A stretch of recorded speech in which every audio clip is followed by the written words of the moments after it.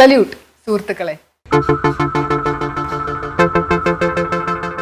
2011 April 13 കേരളത്തിൽ വീണ്ടും ഒരു നിയമസഭാ തിരഞ്ഞെടുപ്പ് നടന്നു. ഞാൻ എറണാകുളം റേഞ്ച് IG ആയിരിക്കുമ്പോഴാണ് ആ തിരഞ്ഞെടുപ്പ് നടക്കുന്നത്. 1987 സർവീസിൽ കയറിയപ്പോൾ ആ സമയം ഒരു ഇലക്ഷൻ കഴിഞ്ഞിരുന്നു. അതിനുശേഷം 6 ഇലക്ഷനുകളാണ് ഞാൻ നേരിട്ട് കണ്ടിട്ടുള്ളതും പോലീസ് ജോലി ചെയ്തിട്ടുള്ളതും. പക്ഷേ എൻ്റെ കീഴിലുള്ള ഉദ്യോഗസ്ഥരെ ഉൾപ്പെടുത്തിക്കൊണ്ട് സ്വതന്ത്രമായ ജില്ലയിൽ SP ആയിരുന്നു കൊണ്ട് ഒരേ ഒരു പ്രാവശ്യം മാത്രമേ ഇലക്ഷൻ ബന്ദോബസ്ത് സ്കീം പ്രിപ്പയർ ചെയ്ത് നടത്തേണ്ടി വന്നിട്ടുള്ളൂ. അത് 1996 ഞാൻ ആലപ്പുഴ SP ആയിരിക്കുമ്പോഴായിരുന്നു. അതിനുശേഷം 2011 ഞാൻ എറണാകുളം IG ആയി പോകുമ്പോഴുള്ള ഇലക്ഷനായിരുന്നു. നമുക്കറിയാം, ജനാധിപത്യത്തിൻ്റെ ഏറ്റവും വലിയ മുഖമുദ്ര എന്ന് പറയുന്നത് 5 വർഷം കൂടുമ്പോൾ നടക്കുന്ന ഇലക്ഷനാണ്. ചിലപ്പോൾ 5 വർഷം, ചിലപ്പോൾ നേരത്തെ നടക്കും. സഭ വീഴുമ്പോൾ ചിലപ്പോൾ നേരത്തെ നടക്കും, ചിലപ്പോൾ കുറച്ച് വൈകി നടക്കാറുണ്ട്. എമർജൻസി സമയത്തൊക്കെ വൈകിയാണല്ലോ കേന്ദ്രത്തിൽ ഇലക്ഷൻ നടന്നത്. ഏകദേശം ഒരു 5 വർഷം ആണ് കാലാവധി. 1947 ഓഗസ്റ്റ് 15 ഭാരതം ഒരു സ്വതന്ത്ര രാഷ്ട്രമായി പ്രഖ്യാപിച്ചല്ലോ. ആ ഒരു സമയത്ത് ബ്രിട്ടീഷുകാർ എല്ലാ രാജ്യങ്ങൾക്കും സ്വാതന്ത്ര്യം നൽകി. 2ാം ലോക മഹായുദ്ധത്തിന് ശേഷം യുണൈറ്റഡ് നേഷൻസ് ഉണ്ടായപ്പോൾ എല്ലാ രാജ്യങ്ങളും ഇൻഡിപെൻഡൻ്റ് ആകണം എന്നുള്ളൊരു തീരുമാനത്തിലാണ് സ്വാതന്ത്ര്യം എല്ലായിടത്തും കൊടുത്തത്. 100 വർഷത്തോളം ഭാരതത്തിൽ സ്വാതന്ത്ര്യത്തിന് വേണ്ടി പോരാടിയ സ്വാതന്ത്ര്യ സമര പോരാളികൾക്ക് ഒരു സന്തോഷം എന്ന നിലയിൽ ഭാരതത്തിനും സ്വാതന്ത്ര്യം ലഭിച്ചു. അഭിമാനകരമായ നിമിഷം തന്നെയാണ്. പക്ഷേ ബ്രിട്ടീഷുകാരുടെ പല കാര്യങ്ങളും അവശേഷിപ്പിച്ചുകൊണ്ടാണ് അവർ പോയത്. നമ്മുടെ ഭരണഘടനയും നിയമങ്ങളും നമ്മുടെ രീതികളും ഒക്കെ ബ്രിട്ടീഷ് സാമ്രാജ്യം നമുക്ക് തന്നിട്ട് പോയതാണ്. ഇത്രയും വർഷം കഴിഞ്ഞിട്ടും നമ്മൾ ഇപ്പോഴും അതൊക്കെ തന്നെ പിന്തുടർന്നുകൊണ്ട് പോകുന്ന രീതിയാണ് കാണുന്നത്. കേരളത്തിൽ തന്നെ പോലീസ് പരേഡുകൾ നടത്തുന്നതെല്ലാം ഇംഗ്ലീഷാണ് ഓർഡർ കൊടുക്കുന്നത്. വടക്കേന്ത്യൻ സംസ്ഥാനങ്ങളിലൊക്കെ ഹിന്ദിയിൽ പരേഡിന് ഓർഡർ കൊടുക്കുന്നുണ്ട്. എനിക്കൊന്ന് ഹൈദരാബാദ് വരെയുള്ള സ്ഥലങ്ങളിൽ ഹിന്ദിയിലാണ് പരേഡ് ഓർഡർ, പോലീസ് പരേഡ് ഉത്തരവുകൾ ഓർഡർ നടത്തുന്നത്. പക്ഷേ അവിടുന്ന് താഴോട്ട് കർണാടക, തമിഴ്നാട്, കേരള അവർക്ക് മാതൃഭാഷ എന്ന് പറയുന്നത് അവരവരുടെ റീജിയണൽ ലാംഗ്വേജസിൽ അവർ പരേഡ് നടത്താറില്ല, ഇംഗ്ലീഷിലാണ് ചെയ്യുന്നത്. അപ്പോൾ ഇംഗ്ലീഷിൽ പരേഡ് നടത്തുന്നു. പരേഡിൻ്റെ രീതിയും ചട്ടവും ബ്രിട്ടീഷുകാർ തന്നിട്ട് പോയതാണ്. പോലീസ് യൂണിഫോം, പോലീസിൻ്റെ പ്രവർത്തന രീതി, അതുപോലെ കോടതികളുടെ രീതി, കോടതികൾ കൺവീൻ ചെയ്യുമ്പോഴുള്ള രീതി, നമ്മുടെ നിയമങ്ങൾ, ഭാരത ഭരണഘടന പോലും ബ്രിട്ടീഷ് റൂളിൻ്റെ ഒരു അവശിഷ്ടമായിട്ടാണ്. അത് Magna Carta, declaration of independence, French declaration of independence, അതുപോലെയുള്ള യൂറോപ്യൻ ചട്ടങ്ങളുടെയും തനതായ ഭാരതീയ ഒരു രീതി അല്ല ഭാരത ഭരണഘടന പോലും. ഒരുപാട് അമെൻമെൻറ്റ് അതിനുശേഷം വന്നിട്ടുണ്ട്. എന്നാലും ഇപ്പോഴും ഒന്ന് വിശദമായി നോക്കിക്കഴിഞ്ഞാൽ ബ്രിട്ടീഷുകാരുടെ രീതി അനുസരിച്ചാണ് നമ്മുടെ ഇലക്ഷൻ പോലും നടക്കുന്നത്. അമേരിക്കയിലെ പ്രസിഡൻഷ്യൽ സിസ്റ്റം ഓഫ് ഇലക്ഷനാണ്, ഇംഗ്ലണ്ടിൽ പ്രൈം മിനിസ്റ്റീരിയൽ സിസ്റ്റം ഓഫ് ഇലക്ഷനാണ് നടക്കുന്നത്. അതുപോലെ തന്നെയാണ് നമ്മുടെ ഇന്ത്യയിലും ഇംഗ്ലണ്ടിലെ പിന്തുടർന്നുകൊണ്ട് പ്രൈം മിനിസ്റ്റർക്ക് പ്രാധാന്യം കിട്ടുന്ന രീതിയിലുള്ള ഒരു ഇലക്ഷൻ പ്രൊസീജിയറാണ് നടക്കുന്നത്. പല രാജ്യങ്ങളിലും 2 പാർട്ടികളെ ഉള്ളൂ. ഒരു 2 റിപ്പബ്ലിക്കൻ ഡെമോക്രാറ്റിക് പാർട്ടി എന്നുള്ളത് USA വളരെയധികം പാർട്ടികൾ ഉള്ള ഒരു രാജ്യമാണ് ഇന്ത്യ. രാഷ്ട്രീയ പാർട്ടികൾ. പൊളിറ്റിക്സ് എന്ന് പറയുന്നത്, ആ വാക്ക് എന്ന് പറയുന്നത് ഭരണവുമായിട്ട് ബന്ധപ്പെട്ട് കിടക്കുന്നതാണ്. ജനാധിപത്യം വരുന്നതിന് മുൻപ് രാജഭരണം ഒരു സമൂഹമായിട്ട് താമസിക്കുമ്പോൾ അതിനിടയിൽ നിന്ന് ഒരു നേതാവിനെ തിരഞ്ഞെടുക്കുന്നു, ആ നേതാവിന് ഭരണം കൊടുക്കുന്നു. അവിടെ നടക്കുന്ന ഒരു അധികാരത്തിനെയാണ് പൊളിറ്റിക്സ് എന്നൊക്കെ പറയുന്നത്. ഒരു ഗ്രീക്ക് വാക്കാണ്. ക്രിസ്തുവിന് മുൻപ് 508 വർഷങ്ങൾക്ക് മുൻപാണ് ആദ്യമായി ജനാധിപത്യം ഉണ്ടായതെന്നും അത് ഗ്രീസിലുള്ള ആഥൻസ് എന്ന് പറയുന്ന സ്ഥലത്തായിരുന്നു എന്നുമൊക്കെ ചരിത്ര പുസ്തകങ്ങൾ പറയുന്നുണ്ട്. പക്ഷെ ആ ഒരു രീതിയെ പറ്റി വായിച്ചാൽ അതും ജനങ്ങൾ തിരഞ്ഞെടുത്തതല്ല. ഒരു രാജാവിനെ പകരമായി ആവശ്യം വേണ്ടി വന്നപ്പോൾ എല്ലാ ലോഡുകളുടെയും എല്ലാ രാജ കുടുംബത്തിലുള്ള മറ്റ് അംഗങ്ങളുടെയും ഒരു നറുക്കെടുപ്പ് നടത്തി മറ്റ് ലോഡുകൾ ചേർന്ന് തിരഞ്ഞെടുത്ത ആളായിരുന്നു ഈ ക്ലിസ്തനസ് എന്ന് പറയുന്നുണ്ട്. തിരഞ്ഞെടുപ്പ് എന്ന് പറയുന്ന ഈ രീതിയിൽ അമേരിക്കയിലാണ് നടന്നത്. 1700കളുടെ ആദ്യത്തെ തിരഞ്ഞെടുപ്പ് അമേരിക്കയിൽ നടക്കുന്നത്. അതിനുശേഷമാണ് പിന്നീട് ലോകത്തെങ്ങും ഈ ജനാധിപത്യം എന്ന് പറയുന്ന ഒരു മൂല്യം വന്നതും ഇപ്പോൾ അത് നമ്മളൊക്കെ വോട്ട് ചെയ്യുന്നതും ഒക്കെ. ഒരു ദിവസമാണ് ശരിക്കും ജനങ്ങൾക്ക് ഒരു അധികാരം കയ്യിൽ കിട്ടി എന്നുള്ളൊരു തോന്നൽ ഉണ്ടാവുന്നത്. 5 വർഷത്തിലൊരിക്കൽ ശരിക്കും ഞങ്ങളുടെ അധികാരമാണ്, ഞങ്ങൾക്ക് ഇഷ്ടമുള്ള ആളുകളെ ഞങ്ങൾക്ക് തിരഞ്ഞെടുക്കാൻ ഒരു അവകാശം കിട്ടുന്നു എന്നുള്ള രീതിയിലാണ് പോളിംഗ് ബൂത്തുകളിലേക്ക് ആവേശത്തോടു കൂടി ജനങ്ങളെല്ലാം പോകുന്നത്. അതും ജനങ്ങളുടെ ഇംഗിതം പൂർണ്ണമായി പാലിക്കപ്പെടുന്നില്ല. പണ്ടൊക്കെ ആയിരുന്നിരിക്കണം. 1957 കേരളത്തിൽ ആദ്യമായിട്ട് ഒരു ഇലക്ഷൻ നടക്കുന്നത്. അതിനു മുമ്പ് ഇന്ത്യയിൽ 47 സ്വാതന്ത്ര്യം കിട്ടിയെങ്കിലും 1950 ഇന്ത്യൻ ഭരണഘടന നിലവിൽ വന്ന ശേഷമാണ് ഒരു ഇലക്ഷനെ പറ്റി ചിന്തിക്കുന്നതും. 1951 ഒക്ടോബർ മുതൽ 1952 ഫെബ്രുവരി വരെ നീണ്ടു നിൽക്കുന്ന ഒരു കാലയളവിൽ തെരഞ്ഞെടുപ്പ് ഇന്ത്യയിൽ നടത്തുന്നതും. അതിൽ 45% ആൾക്കാർ മാത്രമാണ് വോട്ട് ചെയ്തതായിട്ട് കണക്കാക്കപ്പെടുന്നത്. താൽക്കാലികമായിട്ട് ചുമതല കൊടുത്തിരുന്ന ജവഹർലാൽ നെഹ്റുവിൻ്റെ കീഴിലുള്ള സംഘം, ഇന്ത്യൻ നാഷണൽ കോൺഗ്രസിൻ്റെ ആൾക്കാർ തന്നെ വീണ്ടും അധികാരത്തിൽ വരികയും ചെയ്യുകയായിരുന്നു. 1947 ബ്രിട്ടീഷുകാർ ഭാരതം വിടുമ്പോൾ ഭാരതം ഭരിക്കാനായിട്ട് ഗവർണർ ജനറൽ എന്നുള്ള ഒരു സ്ഥാനം നൽകി ലോർഡ് മൗണ്ട് ബാറ്റനെ പ്രതിഷ്ഠിച്ചിട്ടാണ് പോയത്. അതായത് ഇലക്ഷൻ നടക്കുന്നത് വരെ വീണ്ടും ബ്രിട്ടീഷിൻ്റെ തന്നെ ഒരു റെപ്രസെൻറ്റേറ്റീവ് ഭാരതം ഭരിച്ചോട്ടെ എന്ന് പറഞ്ഞ്. മൗണ്ട് ബാറ്റൻ്റെ കീഴിൽ ഉള്ള ഒരു 2 അംഗ സംഘമാണ് മറ്റ് അധികാരം കൊടുത്തിരുന്നത് ജവഹർലാൽ നെഹ്റുവിനും Sardar Vallabhbhai Patel deputy prime minister എന്നുള്ള രീതിയിലും. അത് ഒരു 3 വർഷത്തേക്ക് തുടർന്നു. അതിനുശേഷമാണ് പിന്നീട് ഇലക്ഷൻ ഡിക്ലെയർ ചെയ്യുന്നതും കോൺസ്റ്റിറ്റ്യൂഷൻ വരുന്നതും. 52 പുതിയ സർക്കാർ അധികാരത്തിൽ വരുന്നതും. അതിനുശേഷം 5 വർഷത്തിന് ശേഷമാണ് സംസ്ഥാനങ്ങളിൽ ഇലക്ഷൻ വരുന്നത്. കാരണം 1956 ഭാഷാ അടിസ്ഥാനത്തിൽ സംസ്ഥാനങ്ങൾ വിഭജനം ചെയ്തത്. ഭാരതവും പാകിസ്ഥാനും തമ്മിൽ ഡിവൈഡ് ചെയ്യുന്നത് പോലും ഒരു ബ്രിട്ടീഷുകാരനായിരുന്നു, റാഡ്ക്ലിഫ് എന്ന് പറയുന്ന ഒരാളായിരുന്നു. എന്തായാലും ഇത് ബ്രിട്ടീഷുകാരുടെ സ്വാധീനം വളരെ അധികം ആദ്യകാലത്ത് നമ്മുടെ ഭാരതത്തിൽ ഇൻഡിപെൻഡൻസ് കിട്ടിയെങ്കിലും ഉണ്ടായിരുന്നു എന്ന് നമുക്ക് കരുതേണ്ടിയിരിക്കുന്നു. നമ്മുടെ എല്ലാ നിയമങ്ങളും, മിക്കവാറും എല്ലാ നിയമങ്ങളും, എല്ലാ അടിസ്ഥാനപരമായിട്ടുള്ള കാര്യങ്ങളും എല്ലാം ബ്രിട്ടീഷ് സാമ്രാജ്യം അതിൻ്റെ അധികാരത്തിൽ നൽകിയിട്ട് പോയ കാര്യങ്ങളാണ്. നമ്മുടെ ഭരണാധികാരികൾ ഇരുന്ന് ഭരണം നടത്തുന്ന കെട്ടിടങ്ങൾ തന്നെ, ഡൽഹിയിലുള്ള വലിയ വലിയ കെട്ടിടങ്ങളും എല്ലാ സംസ്ഥാനത്തുള്ള വലിയ ഭരണമന്ദിരങ്ങളും നമ്മുടെ തിരുവനന്തപുരത്തുള്ള സെക്രട്ടേറിയറ്റും എല്ലാം ബ്രിട്ടീഷുകാർ തന്നിട്ട് പോയ അവശിഷ്ടങ്ങളാണ്. അതിനൊരു പ്രത്യേകത ഉണ്ടായിരുന്നു. അപ്പോൾ അതനുസരിച്ച് നമ്മൾ ചെയ്യുമ്പോൾ, അവിടെ ഇരുന്ന് ഭരിക്കുമ്പോൾ തീർച്ചയായിട്ടും സ്വതന്ത്രമായ നമ്മുടെ രാജ്യത്തെ ഒരു ഭരണം പോലെ വരില്ല. അപ്പോൾ അത് ഒന്ന് നമ്മൾ ആലോചിച്ച് നോക്കണം. പിന്നെ കൂടാതെ ഇലക്ഷൻ്റെ രീതി എന്ന് പറയുന്നത് ജനാധിപത്യം എന്ന് പറയുമെങ്കിലും എന്തുമാത്രം ജനങ്ങൾക്ക് അതിൽ പങ്കുണ്ട്. കാരണം ഒരു 100 പേരുള്ള ഒരു കോൺസ്റ്റിറ്റ്യുവൻസി ആണെങ്കിൽ അവിടെ 10 പേരോ അല്ലെങ്കിൽ 20 പേരോ ആയിരിക്കും ചിലപ്പോൾ പോയി വോട്ട് രേഖപ്പെടുത്തുന്നത്. അതിൽ 4 പേരോ 5 പേരോ വോട്ട് ചെയ്യുന്ന ഭൂരിപക്ഷമുള്ള ആൾ ചിലത് അസാധുവായി പോകാം. പക്ഷെ ഒരാൾക്ക് 4 വോട്ടോ അല്ലെങ്കിൽ 5 വോട്ടോ കിട്ടുന്നു, മറ്റേ ആൾക്ക് 0 വോട്ട്, വേറൊരാൾക്ക് 2 വോട്ട്, വേറൊരാൾക്ക് 3 വോട്ട്, അങ്ങനെ കിട്ടുന്നുണ്ടെങ്കിൽ 5 വോട്ട് കിട്ടിയ ആളായിരിക്കും തിരഞ്ഞെടുക്കപ്പെടുക. കൂടാതെ നമുക്ക് തിരഞ്ഞെടുക്കാൻ അധികാരമുള്ളത് നമ്മുടെ കോൺസ്റ്റിറ്റ്യുവൻസിയിലുള്ള നേതാവിനെ മാത്രമാണ്. പാർട്ടികൾക്കാണ് അതിനുശേഷം മന്ത്രിമാരെയും മുഖ്യമന്ത്രിയെയും തിരഞ്ഞെടുക്കാൻ അവകാശം കിട്ടുന്നത്. അപ്പോൾ പാർട്ടി പൊളിറ്റിക്സ് ആണ് നടക്കുന്നത്, ജനാധിപത്യം അല്ല എന്ന് വേണമെങ്കിൽ ഒരു കാഴ്ചപ്പാടിൽ നമുക്ക് കരുതാം. ഇവിടെ പ്രധാനം എന്ന് പറയുന്നത് പൊളിറ്റിക്കൽ പാർട്ടികൾക്കാണ്, അല്ലാതെ ജനങ്ങൾ തിരഞ്ഞെടുക്കുന്ന ജനങ്ങളുടെ ഇംഗിതത്തിന് അല്ല. ഏത് പാർട്ടിയാണോ ഭൂരിപക്ഷം നേടുന്നത് ആ പാർട്ടിയുടെ നേതാക്കന്മാർ തീരുമാനിക്കും ആര് ജനങ്ങളെ ഭരിക്കണമെന്നുള്ളത്. അപ്പോൾ അതിനെയാണ് ജനാധിപത്യം എന്ന് പറയുന്നത് എന്ന് നമ്മൾ ഓർക്കണം. എന്തായാലും തിരിച്ച് 2011 ഇലക്ഷനിലേക്ക് പോയി കഴിഞ്ഞാൽ 13-ാം തീയതി ഇലക്ഷൻ നടക്കുമ്പോൾ പല സ്ഥലത്തും പല ചെറിയ പ്രശ്നങ്ങളും ഉണ്ടായി. ബൂത്തുകൾ ക്യാപ്ചർ ചെയ്യുന്നതായിട്ടും പലയിടത്തും ചെറിയ അക്രമങ്ങളും ഒക്കെ ഉണ്ടായതായിട്ട് പറഞ്ഞെങ്കിലും ഹരിപ്പാട് നടന്ന ഒരു സംഭവം എനിക്കിപ്പോഴും മറക്കാൻ സാധിക്കില്ല. ഇലക്ഷൻ കഴിഞ്ഞിട്ട് പോയിക്കൊണ്ടിരുന്ന ചില വനിതാ കോൺഗ്രസ് പ്രവർത്തകരുടെ ശരീരത്തിലേക്ക് കുറച്ച് LDF പ്രവർത്തകർ ചേർന്ന് കുപ്പിയിൽ കൊണ്ടുവന്ന മൂത്രം ശരീരത്തിൽ ഒഴിച്ചു എന്ന ഒരു പരാതി ഉയർന്നു കേട്ടു. അപ്പോൾ അത് വലിയ ഒരു പ്രശ്നമായി. പത്രങ്ങളിലൊക്കെ വന്നു, TV-യിൽ നിരന്തരം പറഞ്ഞുകൊണ്ടിരിക്കുന്നു, എന്നെ പലരും വിളിക്കുന്നു, സ്ത്രീകൾ പരാതി പറയുന്നു. എന്താണ് ഈ സംഭവം എന്ന് പോയി അന്വേഷിക്കാൻ എന്നോട് പറഞ്ഞു. താഴോട്ടുള്ള ഓഫീസേഴ്സിനോട് പറഞ്ഞു ഒന്ന് പോയി നോക്കിയിട്ട് പറയാൻ പറഞ്ഞു. അപ്പോൾ മൂത്രമാണ് എന്നുള്ളതിന് യാതൊരു തെളിവുമില്ല.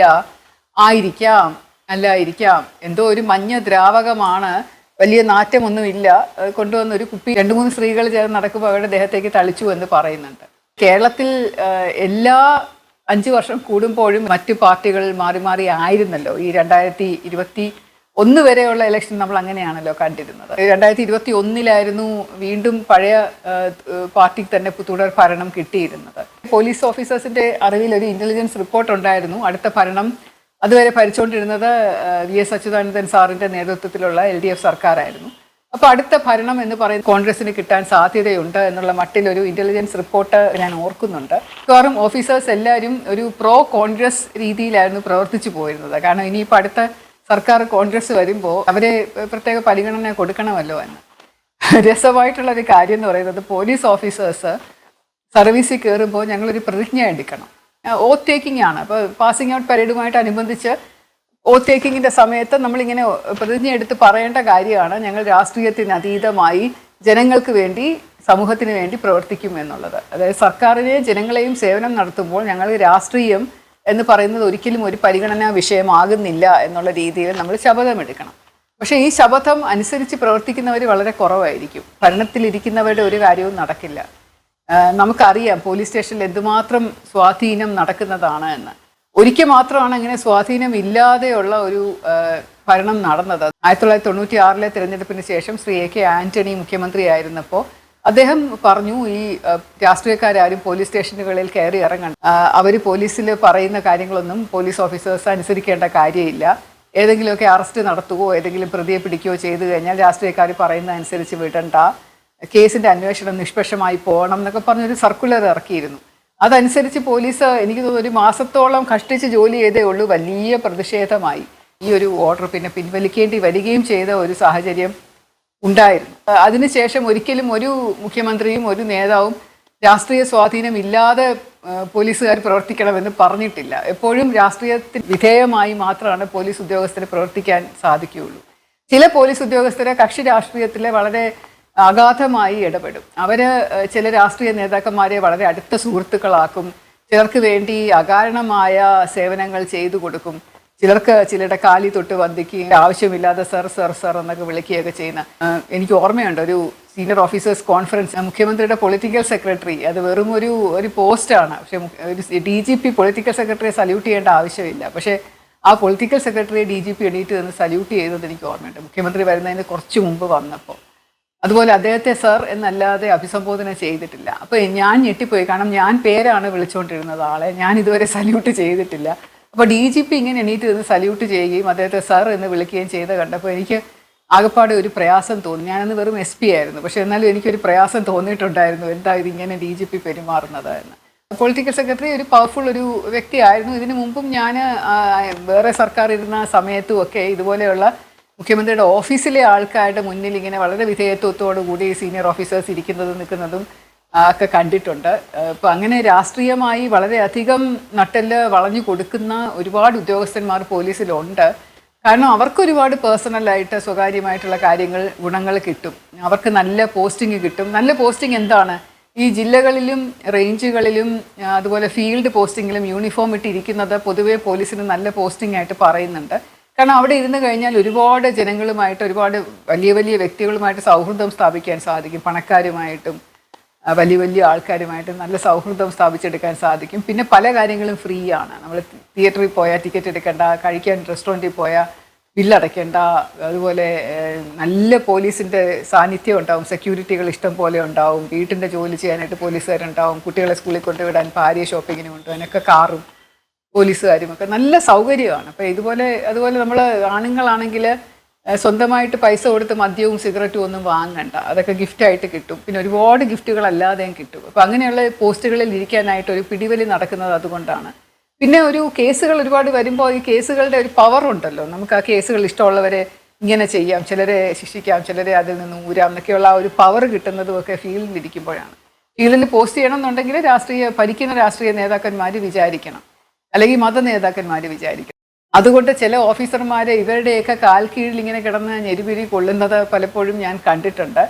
അതിനെയൊക്കെ പറ്റി പറയുന്നത് ശരിയല്ലെങ്കിൽ പോലും ഇത് എല്ലാവർക്കും അറിയാവുന്ന കാര്യമാണ്. നമ്മൾ സിനിമകളിലും മറ്റും കാണുന്നതാണല്ലോ ഇത് നിരന്തരം നടക്കുന്നത്. അത് തികച്ചും സത്യമാണ്, വെറും ഭാവനാ സൃഷ്ടിയൊന്നുമല്ല. 2011 തിരഞ്ഞെടുപ്പിന്റെ സമയത്ത് കോൺഗ്രസ് വനിതാ പ്രവർത്തകരുടെ പുറത്താണ് മൂത്രം തളിച്ചത് എന്ന് പറഞ്ഞപ്പോൾ സ്വാഭാവികമായിട്ടും കോൺഗ്രസ് നേതാക്കന്മാരെ ഇടപെട്ട് അവിടുത്തെ DYSP എല്ലാവരും പോയി കഴിഞ്ഞപ്പോൾ IG പോണമല്ലോ, എന്തുകൊണ്ട് IG പോയില്ല എന്നുള്ളൊരു ചോദ്യം പിറ്റേ ദിവസം ഉയർന്നു വന്നു. അപ്പോൾ പിറ്റേ ദിവസം ഞാൻ തിരുവനന്തപുരത്തേക്ക് ഒരു മീറ്റിങ്ങിന് വേണ്ടി പോവുകയായിരുന്നു. കൊല്ലം എത്താറായപ്പോഴേക്കും എന്നെ DGP വിളിച്ചിട്ട് പറഞ്ഞു വേഗം പോയി ഹരിപ്പാട് പോയി നേരിട്ട് ഈ വനിതാ പ്രവർത്തകരുടെ മേലെ ഇങ്ങനെ ഇത് വീണോ എന്നുള്ള അവരെ ഒന്ന് അന്വേഷിച്ചിട്ട് പ്രതികളെയൊക്കെ അറസ്റ്റ് ചെയ്യണം എന്നൊക്കെ പറഞ്ഞു. ഞാൻ കൊല്ലത്തുനിന്ന് വണ്ടി തിരിച്ച് ഹരിപ്പാട് പോയി. അവിടെ ചെന്ന് പോലീസ് സ്റ്റേഷനിൽ ചെന്ന് ഭാഗ്യത്തിൽ യൂണിഫോമിൽ തന്നെയായിരുന്നു യാത്ര ചെയ്തിരുന്നത്, അതുകൊണ്ട് യൂണിഫോം മാറ്റേണ്ടി വന്നില്ല. പോലീസ് സ്റ്റേഷനിൽ ചെന്ന് ആ സ്ത്രീകളുടെ വീട്ടിൽ ചെന്ന് സ്ത്രീകളെ കണ്ടു. അപ്പോൾ അവർ പറഞ്ഞു ഇങ്ങനെ കുപ്പിയിൽ ഇങ്ങനെ കൊണ്ടുവന്നതാണ്, അത് മുഴുവനായിട്ട് ഒഴുക്കിയല്ല, ഇങ്ങനെ തളിക്കിയ പോലെ ഇങ്ങനെ കുലുക്കിയിട്ട് ഇങ്ങനെ എറിഞ്ഞു. അപ്പോൾ അത് റോഡിലൊക്കെ വീണ് ആണ് പൊട്ടിയത്, പക്ഷെ ഞങ്ങളുടെ ദേഹത്തോട്ടും ശരീരത്തിലോട്ടും ഒക്കെ വീണു എന്ന് പറഞ്ഞു. പക്ഷെ അതിൻ്റെ സാമ്പിൾ എടുക്കാനോ അതിൻ്റെ വസ്ത്രം എവിടെയും ചോദിച്ചപ്പോൾ അത് കഴുകി ഉണക്കാനിട്ട്, അപ്പം തന്നെ കഴുകി ഉണക്കാനിട്ടു എന്ന്. അപ്പം നമുക്ക് തെളിവെന്ന് പറഞ്ഞ ഒന്നുമില്ല. പക്ഷെ എന്നാലും ഒരു കേസ് FIR എടുത്തു. നമ്മൾ ഒരു FIR ഇട്ടിട്ട് പ്രതികൾ എന്ന് പറയുന്ന ആൾക്കാരെ കുറിച്ച് അന്വേഷിച്ചിട്ട് അവർ പറഞ്ഞ ഒരു 2-3 പേരെ പ്രതിസ്ഥാനത്ത് വെച്ച് നോക്കി അവർ ഒളിവിൽ പോയി. പിന്നെ അവരെ പിന്നീടൊക്കെ പിടിച്ചോ എന്ന് എനിക്കറിയില്ല. പക്ഷേ ഇതൊരു ആദ്യത്തെ ഒരു സംഭവമായിരുന്നു. ഒരു പ്രമുഖ പത്രം അതിനെ മൂത്രാഭിഷേകം എന്നാണ് എഴുതിയിരുന്നത്. അപ്പോൾ അത് ഞാനിപ്പോഴും അതിനെക്കുറിച്ച് ഒരു ചിരിയോടുകൂടി ഓർക്കാറുണ്ട്. മൂത്രാഭിഷേകം എന്ന് പറഞ്ഞ് പത്രക്കാരെഴുതിയ കഥയും ശരിക്കും എന്താണ് നടന്നതെന്നുള്ളതും ശരിക്കും എന്താണെന്നും നമുക്കറിയില്ലല്ലോ, കാരണം അതിനൊരു തെളിവുമില്ല, ഇവർ പറയുന്നതേ ഉള്ളൂ. അങ്ങനെ ഒരു സംഭവം ഉണ്ടായിട്ടുണ്ട്. പക്ഷേ ഇലക്ഷനുമായിട്ട് ബന്ധപ്പെട്ട കിടക്കുമ്പോൾ നമ്മളൊക്കെ വളരെ അഭിമാനത്തോടു കൂടി പോയി വോട്ട് ചെയ്ത് നമ്മുടെ ജനാധിപത്യം, ഞങ്ങളുടെ ഭരണം എന്ന് പറയുന്നത് വിജയിച്ചു വന്നു എന്ന് പറയുമ്പോൾ അത് എന്തുമാത്രം നമുക്ക് ജനാധിപത്യം ജനങ്ങളുടെ ആധിപത്യമാണ് എന്ന് നമുക്ക് ആലോചിച്ച് നോക്കേണ്ടിയിരിക്കുന്നു. ഡെമോക്രസി എന്ന് പറയുന്നതും ഗ്രീക്ക് ഒറിജിനുള്ള ഒരു വാക്കാണ്. ഡിമോ എന്ന് പറഞ്ഞാൽ ജനങ്ങൾ, ക്രാഫ്റ്റോസ് എന്ന് പറഞ്ഞാൽ പവർ, അധികാരം. അപ്പോൾ ജനങ്ങളുടെ അധികാരം അല്ലെങ്കിൽ ജനങ്ങളുടെ മേലുള്ള അധികാരമാണോ ഡെമോക്രസി എന്നുള്ളത് അറിയില്ല, കാരണം വ്യക്തമായിട്ടുള്ള ഒരു ഇൻ്റർപ്രിട്ടേഷൻ അതിനകത്ത് വരുന്നില്ല. പക്ഷേ ജനങ്ങളുടെ അധികാരം ആണ് നടക്കുന്നത് എന്നുണ്ടെങ്കിൽ എന്തുകൊണ്ട് സ്വതന്ത്രമായിട്ട് ആളുകൾക്ക് പോയി വോട്ട് ചെയ്യാൻ പറ്റുന്നില്ല? എന്തുകൊണ്ടാണ് വോട്ട് ചെയ്യണം എന്നുണ്ടെങ്കിലും സർക്കാരിൻ്റെ കുറേ നൂലാമാലകൾ, നിയന്ത്രണങ്ങൾ അതിൻ്റെ വിധേയമായി അതിൻ്റെ കീഴിൽ വേണം അത് ചെയ്യേണ്ടി വരുന്നത് എന്ന്? മുമ്പ് വോട്ടേഴ്സ് ID കാർഡ് എന്ന് പറയുന്ന ഒരു കാര്യമില്ലായിരുന്നു. ഒരു ഐഡൻറ്റിഫിക്കേഷനും നമ്മൾ കാണിക്കേണ്ട, നമ്മൾ ഭാരതീയനാണ് എന്ന് പറഞ്ഞ് നമ്മുടെ ഭാഷയും പറഞ്ഞുകൊണ്ട് നേരിട്ട് പോയി കഴിഞ്ഞാൽ വോട്ട് ചെയ്യായിരുന്നു. എന്നിട്ടും മിക്കവാറും എല്ലാ തിരഞ്ഞെടുപ്പുകളിലും 40%, 47% ഒക്കെയാണ് ഭാരതത്തിൽ വോട്ടിംഗ് നടന്നിട്ടുള്ളത്. എനിക്ക് തോന്നുന്നു കുറേ തിരഞ്ഞെടുപ്പ് 2-3 തിരഞ്ഞെടുപ്പ് വരെ, അതിനുശേഷം അത് 50 കൂടുതലായി. കേരളത്തിലെ ആദ്യത്തെ 57 നടന്ന തിരഞ്ഞെടുപ്പിൽ 66% ആൾക്കാർ വോട്ട് ചെയ്തു എന്ന് പറയുന്നുണ്ട്. അവർക്ക് ആർക്കും വോട്ടിംഗ് കാർഡൊന്നും ഇല്ലായിരുന്നു, ചുമ്മാ പോയി വോട്ട് ചെയ്യുമായിരുന്നു. പക്ഷേ അതിനുശേഷം ഒരു ഐഡൻറ്റിഫിക്കേഷൻ വേണം. സർക്കാർ തരുന്ന ഏതെങ്കിലും റേഷൻ കാർഡോ അല്ലെങ്കിൽ നമ്മൾ ഇന്ന ആളാണ്, ഇന്ന വീട്ടിൽ താമസിക്കുന്നു എന്നുള്ളതിൻ്റെ ഒരു രേഖ വേണം, നമ്മുടെ പ്രായം തെളിയിക്കുന്ന രേഖ വേണം. അപ്പോൾ ആദ്യം ഒക്കെ 21 വയസ്സായിരുന്നു വോട്ടിംഗ് പ്രായം. നമുക്ക് വോട്ട് ചെയ്യണം എന്നുണ്ടെങ്കിൽ 21 വയസ്സ് തികഞ്ഞിരിക്കണം എന്നായിരുന്നു. പിന്നീട് അത് 18 കുറയ്ക്കുകയായിരുന്നു. വലിയ പ്രതിഷേധങ്ങൾക്ക് ഒടുവിലാണ് അവസാനം 18 വയസ്സിന് മുകളിലുള്ള എല്ലാവർക്കും വോട്ട് ചെയ്യാം എന്ന് പറഞ്ഞ് വന്നത്. നമ്മുടെ കോൺസ്റ്റിറ്റ്യുവൻസി വിട്ട് നമുക്കിഷ്ടമുള്ള വേറൊരു നേതാവിന് വോട്ട് ചെയ്യാൻ സാധിക്കില്ല. നമ്മൾ ഏത് നിയോജക മണ്ഡലത്തിലാണ് താമസിക്കുന്നത് ആ നിയോജക മണ്ഡലത്തിലുള്ള ആൾക്ക് മാത്രമേ വോട്ട് ചെയ്യാൻ പറ്റുള്ളൂ. അപ്പം നമുക്ക് ആ നിയോജക മണ്ഡലത്തിലുള്ള ആള്, ഇലക്ഷന് നിൽക്കുന്ന ആള് തന്നെ പാർട്ടി തിരഞ്ഞെടുത്ത് ടിക്കറ്റ് കൊടുക്കുന്നതാണ്. നമ്മുടെ ജനങ്ങളുടെ ഇംഗിതം അനുസരിച്ച് വന്ന് നിൽക്കുന്ന ആളല്ല. പാർട്ടി തീരുമാനിക്കുന്നു ഇന്ന നിയോജക മണ്ഡലങ്ങളിൽ ഇന്ന ആൾക്കാർ നിൽക്കണം എന്ന് പറയുന്നു. അവരവരുടെ കഴിവ് ഇതാണ് എന്നുള്ള ഒരു ചുരുങ്ങിയ സമയം കൊണ്ട് പ്രചാരണം നടത്തി ജനങ്ങളെ തെളിയിക്കാനായിട്ടൊരു ശ്രമം നടത്തുന്നു. നമുക്കിഷ്ടമുള്ള ഒരു അധികാരം വരണം, ഒരു വ്യക്തി നമ്മളെ ഭരിക്കണം എന്നുള്ള ഒരു ചിന്തയിൽ നമ്മൾ പോയി ആ പാർട്ടിക്കാണ് വോട്ട് കൊടുക്കുന്നത്, വ്യക്തിക്ക് എന്നതിലുപരിയായിട്ട്. ആ വ്യക്തിക്ക് മുകളിൽ എന്തെങ്കിലും പ്രശ്നങ്ങളൊക്കെ ഉണ്ടാവാം, ചിലപ്പോൾ കേസുകൾ ഉണ്ടാവാം, ചിലപ്പോൾ ആള് മോശ സ്വഭാവമായിരിക്കാം. എന്നാലും നമ്മൾ ആ പാർട്ടി ജയിച്ച് വരണം, എന്നാലല്ലേ നമ്മുടെ ആഗ്രഹം അനുസരിച്ചിട്ടുള്ള ഒരു സർക്കാർ വരുവുള്ളൂ എന്ന് വിചാരിച്ച് പാർട്ടിക്ക് വേണ്ടിയാണ് നമ്മൾ പോയി വോട്ട് കുത്തുന്നത്. പാർട്ടിയെ അടിസ്ഥാനമാക്കിയാണ്, വ്യക്തിയെ അടിസ്ഥാനമാക്കി അല്ല എന്നുള്ളതും നമ്മൾ ഓർക്കേണ്ടിയിരിക്കുന്നു. കൂടാതെ പാർട്ടിയുടെ ആൾക്കാർ ജയിച്ചു വരുമ്പോൾ ഭൂരിഭാഗം ഏത് പാർട്ടിയാണ് ജയിക്കുന്നത് എന്നനുസരിച്ച് അവർ തിരഞ്ഞെടുക്കുന്ന ആൾക്കാരാണ്. ഒരു MLA എന്ന് പറയുന്ന ആൾ ജയിച്ചു വരുന്നു, പക്ഷെ അവരുടെ തിരഞ്ഞെടുക്കുന്ന ആ കൂട്ടത്തിലുള്ള പാർട്ടിയുടെ ഭൂരിഭാഗം എന്തായിരിക്കും എന്നുള്ളതനുസരിച്ച് പല കൺസിഡറേഷനും വെച്ചിട്ടാണ് പാർട്ടി തന്നെ ഒരു മുഖ്യമന്ത്രിയെ തിരഞ്ഞെടുക്കുന്നത്. ഒരു മുഖ്യമന്ത്രി കാൻഡിഡേറ്റ് എന്ന് പറഞ്ഞ ഒരാളെ ഉയർത്തി കാണിക്കും. ചിലപ്പോൾ ആൾക്ക് കൊടുക്കില്ല, ചിലപ്പോൾ പാർട്ടി തീരുമാനിച്ച് വേറൊരു മുതിർന്ന നേതാവിന് കൊടുക്കും. ചിലപ്പോൾ മുഖ്യമന്ത്രി ആവുന്നത് ഒരു തെരഞ്ഞെടുപ്പിൽ മത്സരിക്കാത്ത ഒരാളായിരിക്കും, പിന്നീട് ഒരു ബൈ ഇലക്ഷൻ വന്ന് ആളെ ജയിച്ചു വരുന്നതായിരിക്കാം, അല്ലെങ്കിൽ വേറെ ഒരു സ്ഥലത്ത് നിന്ന് ഏതെങ്കിലും ഒരു MLA രാജിവെച്ചിട്ട് ആളെ കയറ്റി ജയിപ്പിക്കുന്നതായിരിക്കും. അപ്പോൾ ഇതുപോലെയുള്ള ഒരുപാട് കാര്യങ്ങൾ നമ്മൾ കാണുന്നതാണ്. ഇതിനെ ജനാധിപത്യം എന്ന് നമുക്ക് പറയാൻ സാധിക്കുമോ? അപ്പോൾ ശരിക്കും എന്താണ് ജനാധിപത്യം എന്ന് പറഞ്ഞാൽ നമ്മൾ പോയി എല്ലാ 5 വർഷം കൂടുമ്പോഴും വോട്ട് ചെയ്യുന്നത് എന്നൊരു ചിന്ത ഇതുപോലെ നേരിട്ട് ഇലക്ഷൻ നടത്തിയിട്ടുള്ള എനിക്ക് പോലും ചില സമയങ്ങളിൽ തോന്നാറുണ്ട്. ഇത്രയും ആൾക്കാർ വന്ന് ക്യൂ നിന്ന് വോട്ട് ചെയ്യുമ്പോൾ അത് എന്താണ് അവരുടെ മനസ്സിൽ കൂടെ പോകുന്ന വികാരം? അവർ ഇലക്ഷൻ്റെ റിസൾട്ട് ഡിക്ലെയർ ചെയ്ത് കഴിയുമ്പോൾ എന്താണോ അത് വോട്ടേഴ്സ് പെട്ടി എണ്ണി തിട്ടപ്പെടുത്തുന്നത് അത് അങ്ങ് അംഗീകരിക്കുകയാണ്. നമ്മൾ അതിനകത്ത് ചോദ്യങ്ങളൊന്നും ചോദിക്കാറില്ല.